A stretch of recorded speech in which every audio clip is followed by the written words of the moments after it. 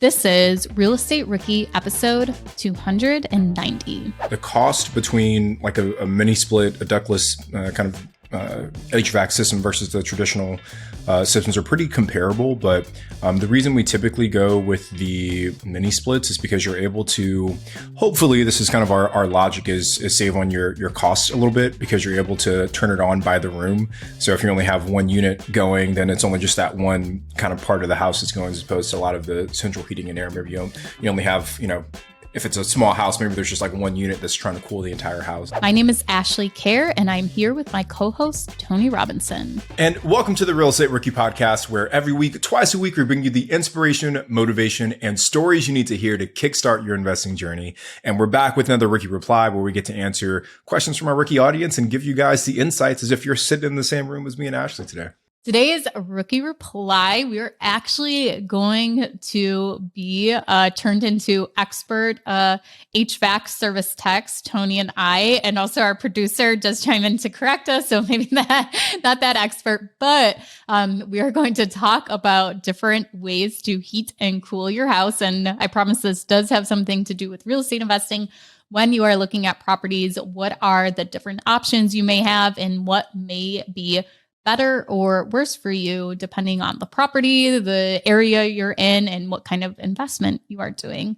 The next thing that I really like we touch on are security deposits. If you are inheriting a tenant, what happens with the security deposit? Are you getting a check? Are they having to pay you the security deposit? Do you get it from the seller? Do you have to come up with your own security deposit for the tenant? And we'll talk about all things security deposit. Yeah, we also talk a little bit about the difference between a home equity line of credit and a traditional line of credit, because those things, even though they sound somewhat similar, there's actually a difference between the two. So we want to make sure you understand when to use one and when to use the other. But I also want to give a quick shout out to someone by the username of Britt G. She left us a 5-star review on Apple Podcasts, and she says, "I'm an elementary school teacher in the Los Angeles area. I've always been told I picked the wrong career if I want to own property in LA. Well, Real Estate Rookie is helping me emerge from that lie I've ignorantly bought into and providing hope and practical steps to finally move towards real estate ownership. The Pace Morby episode specifically is so motivating. Thank you, Tony and Ashley." So Britt, we are super excited for you. And I love that you said that you've kind of woken up from that lie, because becoming a real estate investor works in any market, in any cycle. There are always people being successful with these strategies. So yeah, we appreciate that. And if you're a Rookie audience member and you haven't yet left us an honest rating review on Apple Podcasts or Spotify or wherever it is you're listening, please take a few minutes to do that. The more reviews we get, the more folks we can reach, the more folks we can reach, more folks we can help. Or kindly ask all of your friends and family to do so on your behalf. There you go. But seriously, thank you guys so much. We love reading your reviews, especially when you tell us how the podcast has helped you, what you realize, how you've been inspired and motivated. And also, I love the mention of the Pace Morby a podcast episode right there too. That really was a great one. Before this episode started, Tony put me into a group text with Pace Morby. I am now texting all my friends. I am in a group text with Pace Morby. But we might have something super exciting that we may be working on with Pace. So stay tuned to see what that may be in the coming weeks or month. This is going to be very weather dependent, as we have learned. Okay, today's question, our first one up, is from Alex Deal. House A and House B are exactly the same, except House A has HVAC and House B has window units. How big of a difference will this make in rents, other things being equal? First, I think we should explain exactly what an HVAC system is. So this is your, what does it even stand for? Heating, ventilation. Oh, is that? I was going to say, I don't know what the V stands for, heating and air conditioning, but yeah, ventilation sounds right. So this is a unit in your house that produces, sometimes it can still produce just heat and you don't have to get the cooling system that goes with it for air conditioning. But typically there are vents placed around your house. They do duct work throughout the house. And commonly it is a forced air unit that you use to heat your house. And they're saying the house A has this option where it's kind of like a built-in system throughout your house. House B has window units. So this is where I'm not sure on the exact details. As far as window units doesn't mean air conditioning units, because I don't think I've ever seen heating units that are in the window. Have you, Tony? Heating units in the window? I've only seen AC window units. So I wonder if this question is just the air conditioning is through the whole house or has AC window units. Yeah, I've actually never purchased a home with just a window unit. Every property that I've purchased has either had central heating and air. A swamp cooler is actually a really popular thing out in the desert. And then we do a lot of mini splits for most of our properties, honestly. So, yeah, I'm not sure if window units have the ability to push heat either. So as far as the question goes, it's how big of a difference will this make in rents, other things being equal? I think the best thing to do is to look at comparables in your area. What do other houses have? If every other house for rent does have HVAC systems and then yours has window units, this may reflect on the price because people expect to have that HVAC, that forced air. If you look at rental units and it's all different kinds of air conditioning and heat throughout the units for different properties for rent, then it may not affect your rent price at all. There's 2 40-unit apartment complexes that we have here, and each one for the AC has wall units, but they're not like the mini split units. It actually is like half inside the wall, half outside the wall, almost like a window unit, but it's put into the wall instead. And those are the AC units. The rent is not affected at all compared to other units in the area based on that. Yeah, I love your advice, Ashley, about looking at your comparables, because I think, Alex, for you, that'll be the best kind of truth or source of truth for you. But I guess just for those that are curious, I recently had to install a mini split system on a few of our rehabs. And I'd say installed, we're paying about $3,000 to $4,000 per unit. Like we had a 3-bedroom that we did one on, and that was about $15,000 because we put one in each bedroom, and one in the living room, kind of kitchen area as well. But I've actually never installed central heating and air on a property before. Have you had to install central heating and air, Ash? What's the ballpark price on that? Yeah, so I just did one in a cabin. The cabin is about a little under 1,000 feet square footage, but the bedrooms are open lofts, so there's not a lot of closed off rooms in there. But that I think it was around $8,000 to put the forced air unit in it with the AC with it. So heat and AC. Yeah, and that's what I've come to see, is that the cost between like a mini split, a ductless kind of HVAC system versus the traditional systems are pretty comparable. But the reason we typically go with the mini splits is because you're able to, hopefully this is kind of our logic, is save on your costs a little bit, because you're able to turn it on by the room. So if you only have one unit going, then it's only just that one kind of part of the house that's going, as opposed to a lot of the central heating and air. Maybe you only have, if it's a small house, maybe there's just like one unit that's trying to cool the entire house. So that's kind of been our logic. Have you priced out between like the central versus the mini splits for your properties, or do you just always go with the central? We did a couple mini splits probably 2 or 3 years ago in properties, like our big 4-unit we did. And those ended up being $5,000 each installed for them. One big decision for me, though, as to whether I'm going to install those or do forced air is based on if I'm tearing out the walls or anything, if I'm doing a full gut rehab, because putting in that duct work, sometimes they, have to go through, cut through the floor, go through the walls, like, especially if you have a second story, they'll need to run it through something to get it up to the second story. So that's definitely a big decision maker, is if I'm going to have the walls open already to run the duct work to do the forced air units. And of course, there's like that industrial look where it's like up in the ceiling. And that's actually what we did in the cabin. We had, there's this huge pipe that runs from one loft to another into like the actual closets. And then from there, it goes down into the little rooms. And then it has the vents out into the main space off of the big pipe that goes across. So I think there's so many different ways to install these things, and it's where getting a good contractor that will price out your different options for you.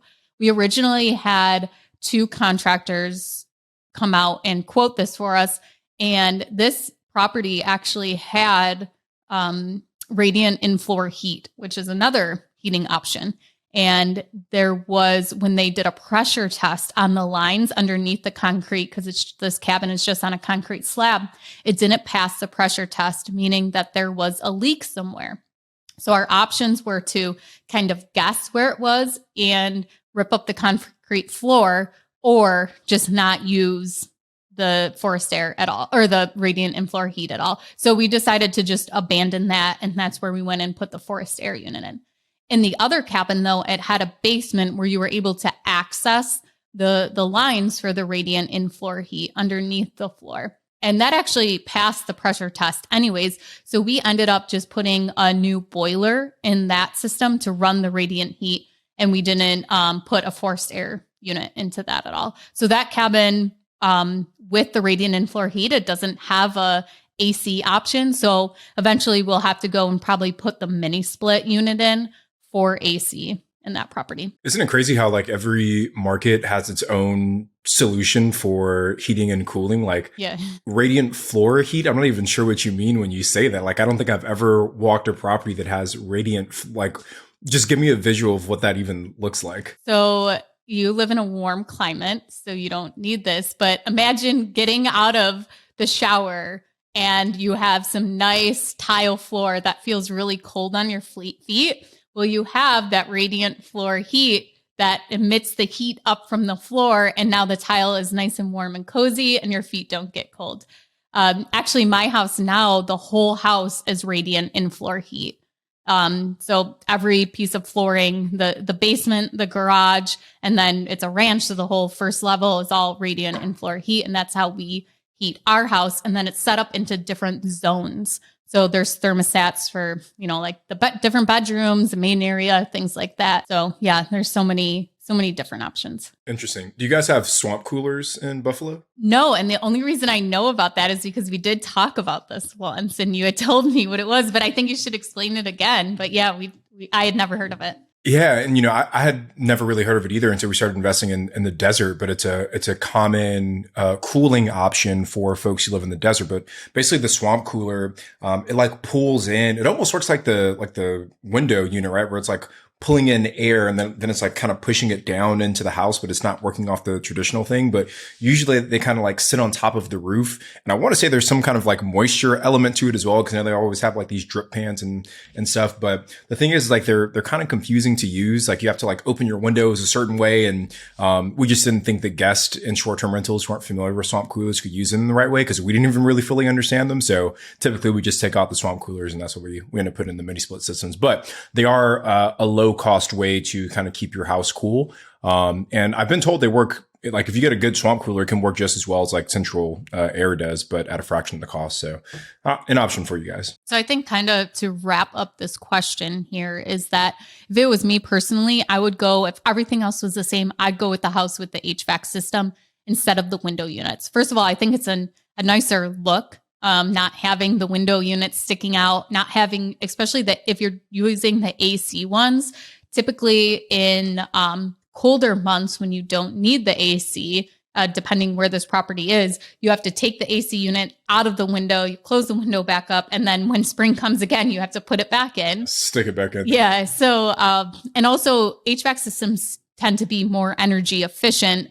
than these window units at using or electric or gas, or however your HVAC system is run. And our producer just corrected me too about the swamp cooler. He said, yes, they use evaporative cooling. The air flows over cool water pads and then lowers the temperature. So there you go. That's how the swamp coolers work. So shout out to Eric for coming in clutch with that last little bit of information. And then he also wanted to add that the window units could be a safety concern too for falls and break-ins possibly. And that's actually true. Like, have you bought any furniture from like I don't know, like anywhere recently. Like we bought like a dresser, and when we were putting the dresser together for one of the properties, and this was like a couple of years ago, but it had directions that it wanted us to secure the back of the dresser to the wall. Like it had like an anchor to take the back of the dresser into the drywall to stop things from tipping over. Cause I guess there had been instances of these dressers tipping over onto small children. So that's actually a really good point. Safety concerns about the wall units also. Yeah, that actually happened to my son when he was younger. He tried to climb up the dresser, and luckily like he had pulled out the bottom drawer. So the bottom drawer kind of like held it a little bit. So it never like completely fell. But you know, that those sturdy Amish furniture, that sturdy drawer held up the whole dresser. Yeah. Okay, let's go on to our next question. And this one is from Eric Heinen. Once again, you guys, thank you so much for submitting questions to us. If you would like to submit your own question, please leave it on the Real Estate Rookie Facebook page. And also coming soon, Tony and I will also have links in our link trees in our profiles on our Instagram accounts at Wealth from Rentals and at Tony J. Robinson. And then your last option, and probably the easiest, is just go to biggerpockets.com/reply and leave your question there. Okay, so Eric's question is, I recently purchased a property for $100,000 and put down $25,000. And the appraisal came back at $125,000. So I have some nice instant equity there. My question is, how soon after taking ownership can I take out a HELOC out on this property? I'm already looking at another property and I could use the HELOC as the down payment. Would a bank do this or want me to wait? Secondly, how much could I get? Would it be 80% of the $50K in equity, so $40K? Thanks. Yeah, well, lots of good questions here. And I feel like we've been getting a lot of questions recently about like lines of credit and HELOCs. I think the first thing that I'll say is that most banks only give HELOCs, home equity lines of credit, on your primary residence. You can get a commercial line of credit. I've tried. I found it pretty difficult with the kind of local banks I chatted with here in California. Ash, I think you've had some success with lines of credit in your neck of the woods. But I would say most banks aren't going to give you a HELOC per se on an investment property, but they will give you a HELOC on a primary residence. Have you noticed anything different from that, Ash, or does that kind of jive with what you've seen as well? Yeah, I've been able to do 2 commercial lines of credit on rental properties that are in LLCs, but they're not the best of rates. And you're going to get a way better rate if it is your primary residence. But the biggest thing is just going to different banks and asking what they have to offer on the property, because you'll be surprised at what some banks can do, especially small local banks. And that's where I've had the best luck, I guess, is using those small local banks. One bank that I've used the most frequent only has 7 branches, I think. And maybe it may even be less than that. I think one thing to call out though, and you know, definitely check with your whatever bank you end up getting your HELOC with. But what I've seen some people do is, like, if they live in their property and they plan on moving, before they move, they'll pull a HELOC on that property. Now, like I said, make sure you understand the limitations of whatever HELOC you're using. Like, do you have to live in it for the duration of the HELOC, or you just need to be in at the time that you close in the HELOC? But I have seen some investors do that, where they know that they have a decent amount of equity in the home that they have, and before they turn that home into a rental property, they then go out and get the line of credit and then use that after the fact. This is such a great alternative to selling your house. You know, if you don't want to rent it out because you have $100,000 in equity sitting into it, and you just seem like that would kind of be a waste to let that equity go. Instead of selling it, just go ahead and take out that HELOC so you can still tap into that money on the property too and use it for your next investment. As far as the second question, would it be 80% of the equity that is left in the property? So the way a HELOC works is you'll take the appraised value of the property, what your current mortgage is, and then subtract that to get what equity you have. And then they will lend up to a certain amount. So in this example, he's saying 80%. So if the property appraised at $125,000, the mortgage is $75,000, And then he would be able to take up that difference, whatever that difference is from the 75,000 to 80% of 125. Tony, what is that math? Have you been calculating as I've been trying it out? Yeah. So you do 125 times 80% minus your 75 leaves you with 25K. Okay. So 25K is left in equity. So as far as him saying the 50%, it's not 80% of the equity that's left in the property. It's 80% of the whole appraised value. So I think that's what we need to make clear for him. And I think that's where the confusion is. It's not 80% of the equity. It's 80% of the appraised value minus what you already have your mortgage for. So that would be, he would be able to get the 25,000 instead of 40,000 on the property. And then one other question that Eric asked is just like, is there a time period on the HELOC? So I know for a lot of cash out refinances, there's a seasoning period where they want to see you hold the property for 6 months or so is what you typically hear to be able to do a cash out refinance. But I'm honestly actually not sure if there's a time period on getting a HELOC on your primary residence. Are you aware of any restrictions? No, I'm not. I only know of like a seasoning period that a bank may require to go ahead and refinance a property, but not for a line of credit. But also it can depend on the bank. So asking different banks as to what their rules are for that. But a seasoning period to refinance can typically be 6 months to 12 months before they have you go and refinance. As far as a line of credit, I don't think I've ever went and gotten a line of credit right after closing on a property. So I haven't had any experience in that at all. Another thing I want to mention too, as far as the 80% of the appraised value to get that line of credit, is that may vary too. That's not like a lot of mortgages are standard at the 80% when you're going to refinance. But as far as a HELOC, there, sometimes my one business partner, he took out a HELOC and they went up to 95% of the appraised value of his home. So he actually had it kind of stacked. He had a mortgage that was actually with a private lender who he purchased, or no, he didn't purchase the house from them, but they lended him the private money to do that. And he pays them the mortgage payments. Then stacked on top of that, he went and got a home equity loan.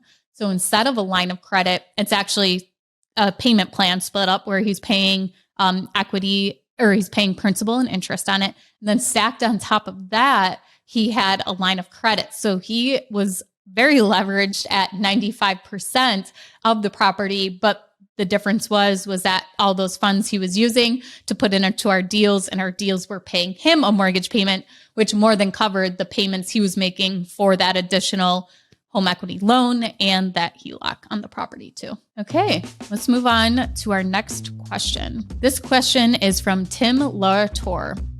What is the advantage to a real estate investment company raising capital through private equity versus a bank? What's in it for them? From an investor standpoint, this looks like a great source for passive income, but I'm weary. So I think what he's trying to say here is, why would somebody go out and raise private money instead of going to a bank to fund their deal? Well, just to add some context, so specifically Tim, and he posted this in the Real Estate Rookie Facebook group, but he also linked to a company called Realty Mogul. And if you all look up Realty Mogul, they're essentially like a crowdfunding platform for real estate transactions. And let's even take a step back, right?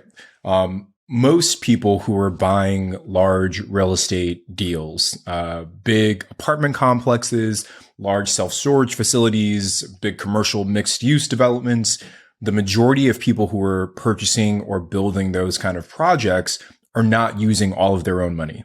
They're raising funds from two different sources. It's usually a mix of these two sources. The first source and the majority of the cost comes from a bank. So they'll go to a big bank and they'll get maybe 70% of the total cost to purchase that property. And then the remaining 30%, they'll go out and they'll raise from other individuals who become their passive investors. So this is called a syndication. And you can syndicate anything, but syndication in real estate, that's how it goes. There's one group of people who find the deal, put the deal together, secure the bank financing, and then they go out and they raise funds from other individuals to cover the remaining balance, right? So usually 70-30%. So, Tim, first thing I'll say is that it's a very common practice. And pretty much any big shopping center that you drive by or big apartment complex you drive by probably leverage some sort of syndication to make that happen. So it is a very normal thing. And then he said, what's in it for them? Like, what's the reasoning for that? I mean, I think mostly it's just that, say you want to buy a $100 million apartment complex, right? And maybe you're able to get 70 million from the bank. That's still $30 million that you need to put up to be able to purchase that property. And I'd say the average person probably doesn't have 30 million bucks lying around, but maybe if they know enough other investors who have, $100,000, $250,000, $500,000, they're able to stack up to get to that 30 million. So that's a big part of the reason why folks leverage the syndication model, is because the numbers are bigger than what they could take down comfortably themselves. Now, there are some differences though, because like I said, in this post, Tim linked to Realty Mogul, and they focus a little bit more on crowdfunding as opposed to a traditional syndication. So if you work with a traditional syndicator, usually, they're going to offer you what's called the 506B, which allows for both accredited and non-accredited investors, or 506C, which only allows for accredited investors. And usually there's some kind of minimum investment. You might see 25K on a smaller deal, maybe 50 to 100K on a bigger deal, which means at minimum you have to be able to put up, maybe a 6-figure check to participate in that deal. And if it's only open to accredited investors, you have to check certain boxes around your income, or your net worth to be able to qualify to even be able to invest in those deals. So that's where the majority of kind of action happens. And then on a crowdfunding platform like Realty Mogul, that one's a little bit different because you don't necessarily have to be an accredited investor. You don't need to write a $50,000 check. A lot of these crowdfunding platforms allow you to get in with like $100, and you obviously own a very small share of that real estate deal, but your ability to kind of get involved in the threshold is significantly lower. So yeah, it's a win-win, I think, for both people, assuming that the operator, the person putting the deal together, knows what they're doing. And it could be a really easy way to get a passive return on your investment. And then his last question is, from an investor standpoint, this looks like a great source for passive income, but he's not exactly sure if it is. So the best thing you can do is to vet the operator of the syndication deal or the crowdfunding platform. One way to do that is to talk to other people who are investing with them. So, I think a great starting point was Tim putting this in the Real Estate Rookie Facebook group. If anybody has invested with them, to hear some kind of feedback, do that in all different kinds of Facebook groups, put it out on Instagram and see what kind of feedback you get. The Bigger Pockets forums, gold for finding out information on people or companies. Lots of people will give you their opinion, but also do your own research. Before you invest in a syndication deal, actually understand what fees you are paying, how the deal is structured, when are you actually going to get your money back? All these different things that it can be extremely confusing. So my recommendation would be to go to YouTube University, learn to understand what a syndication deal is. You shouldn't be investing in something just by, this company on social media looks like they do a good job. This property looks really nice that they're about to buy. I'm going to invest in it. That should not be your reasoning for investing with someone. So take the time to actually do some research, vet the company, and then also to understand what your investment is actually getting you. Worst case scenario, best case scenario. Yeah, and I guess just one last thing, Ashley, it might be cool if we bring on someone who's an active passive investor in syndications to talk about how are they vetting these different operators? How are they potentially vetting the deals? What kind of returns are they typically able to achieve? Because honestly, lending money on the private, like being a private money lender or being an LP in other people's syndications are the most passive ways to be a real estate investor and still get a healthy return, because you're going to get a better return than you would typically with like a REIT. But it's definitely not as much work as managing that deal yourself. So maybe we'll plant that seed for our producers to maybe find some LPs, some passive investors, and have them give their experience to the rookie audience. Yeah, you know who I just saw recently that posted on social media, and this can be our Instagram shout out of the week. We need like some cool noise.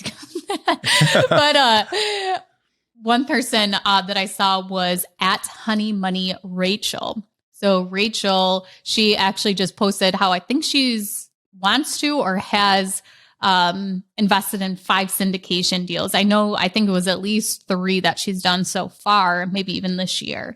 And she shares a lot about her journey of investing in the syndications. And she used to be a very active hands-on investor with rental properties, went through a divorce and kind of had to sell up her portfolio. And now she's kind of stacking it back up while also investing in syndication. So she might actually be a great person to have on as to how she is choosing the syndication deals she's investing in. Yeah, I'm actually in a group chat with Rachel and some other investors. So I got to hit her up and see if she's down to come hop on, because she'd be great. Okay, so our next question is from Jared Sutherland. Do you check rent is being paid during 10-day inspection periods or before? I will be inheriting tenants for 4 months. How does security deposit work? Is that transferred or does it come out of pocket? I haven't bought with existing renters before. Thanks. Okay, so for this one, inheriting tenants, always a controversial issue that we discuss here in the Bigger Pockets Forums, Real Estate Rookie Facebook page. I've never inherited a tenant because I've always been too terrified. So you're the person that can speak on that. I have, and I've had good case.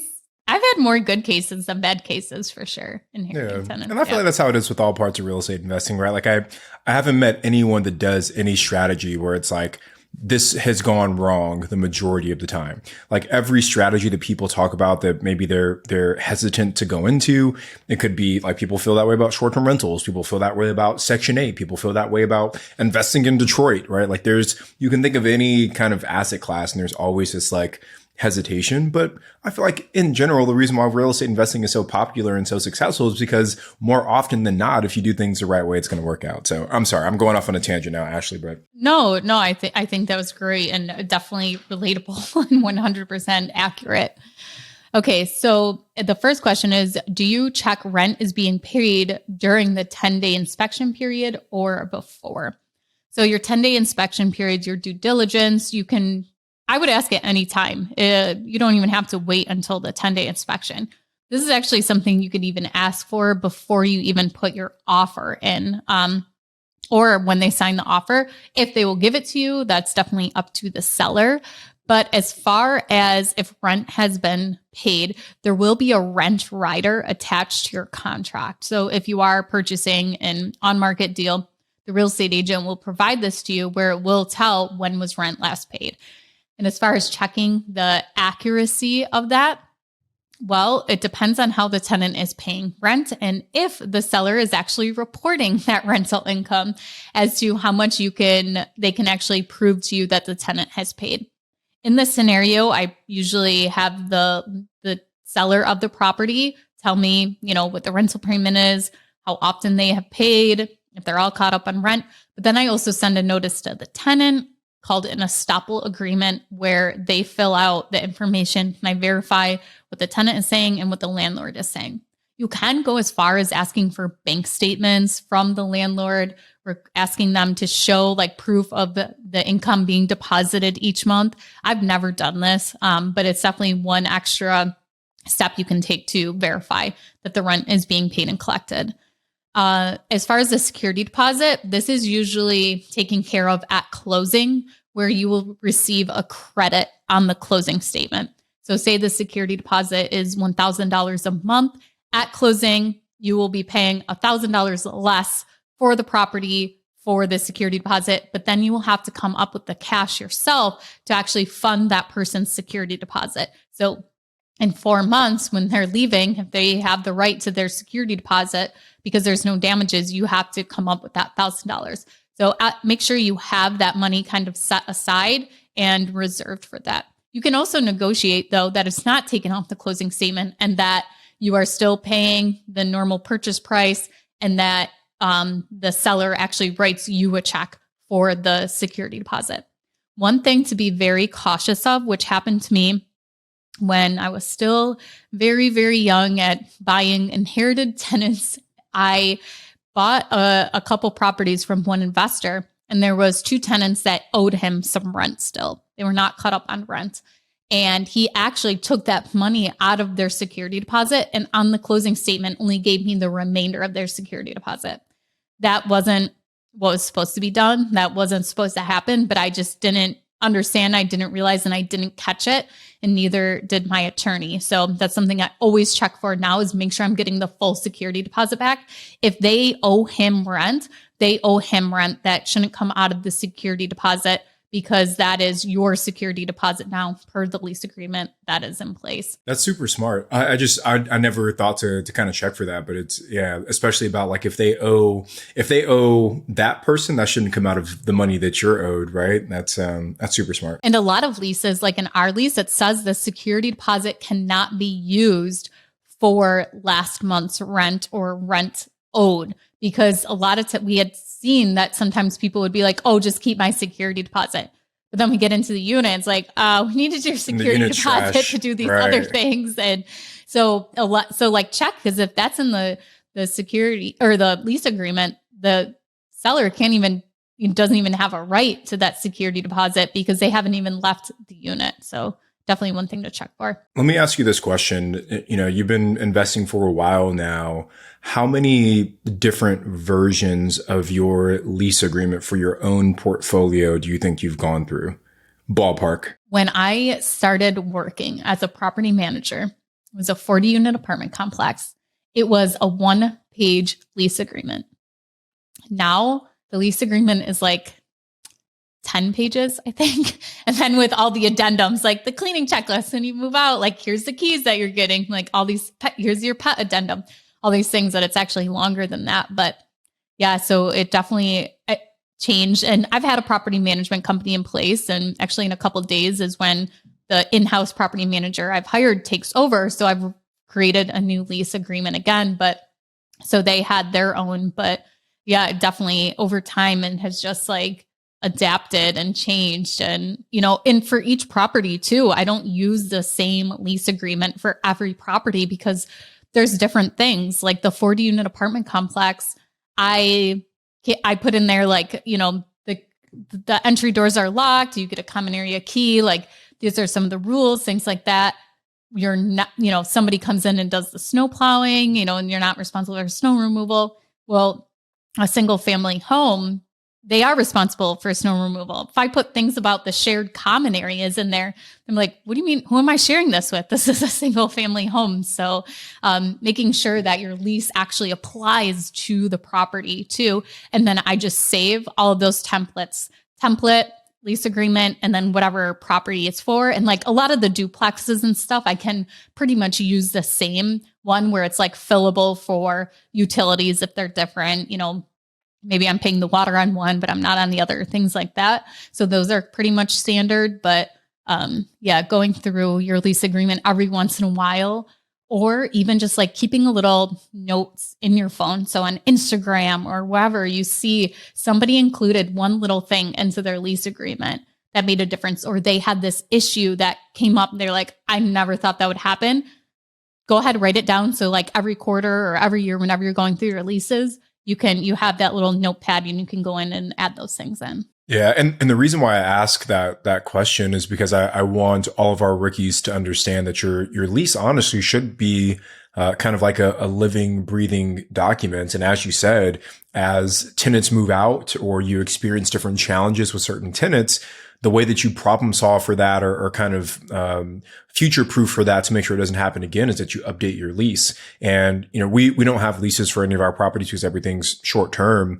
But what we do have are JV agreements with our different partners that we've worked with. And I'd say that after almost every single partnership, we've identified something that we wanted to change or update to that partnership for the next one. So, a lot of your documents that you have in your business, whether for partnerships, whether for tenants, whether for whatever it may be, you always want to make it a habit of going back and updating those to reflect whatever newer information you're receiving. Yeah, it's so funny. Like I was looking back through an old folder of when I first started property management and like just looking at my checklist of like when a new tenant moves in, like here's my checklist. Like I knew nothing about property management. I was like thrown into this job. I had no one to like mentor me or show me what to do. I was literally just Googling stuff.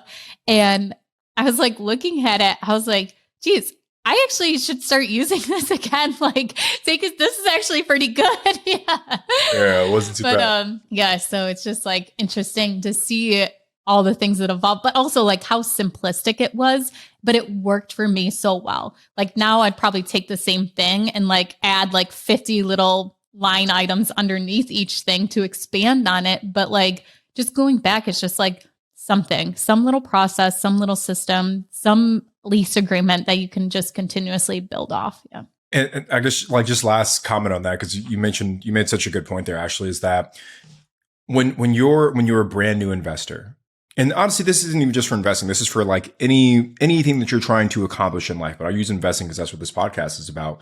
When you're looking at someone like Ashley or Tony from the Real Estate Rookie podcast, or you're looking at James Daynard and Kathy Fetke and Henry Washington from On the Market, or you're looking at Rob and David from the Real Estate podcast, it's easy to hear about how their businesses are running or how they've kind of set things up, how things are optimized, and feel like you're way behind because you haven't established all of those things yet.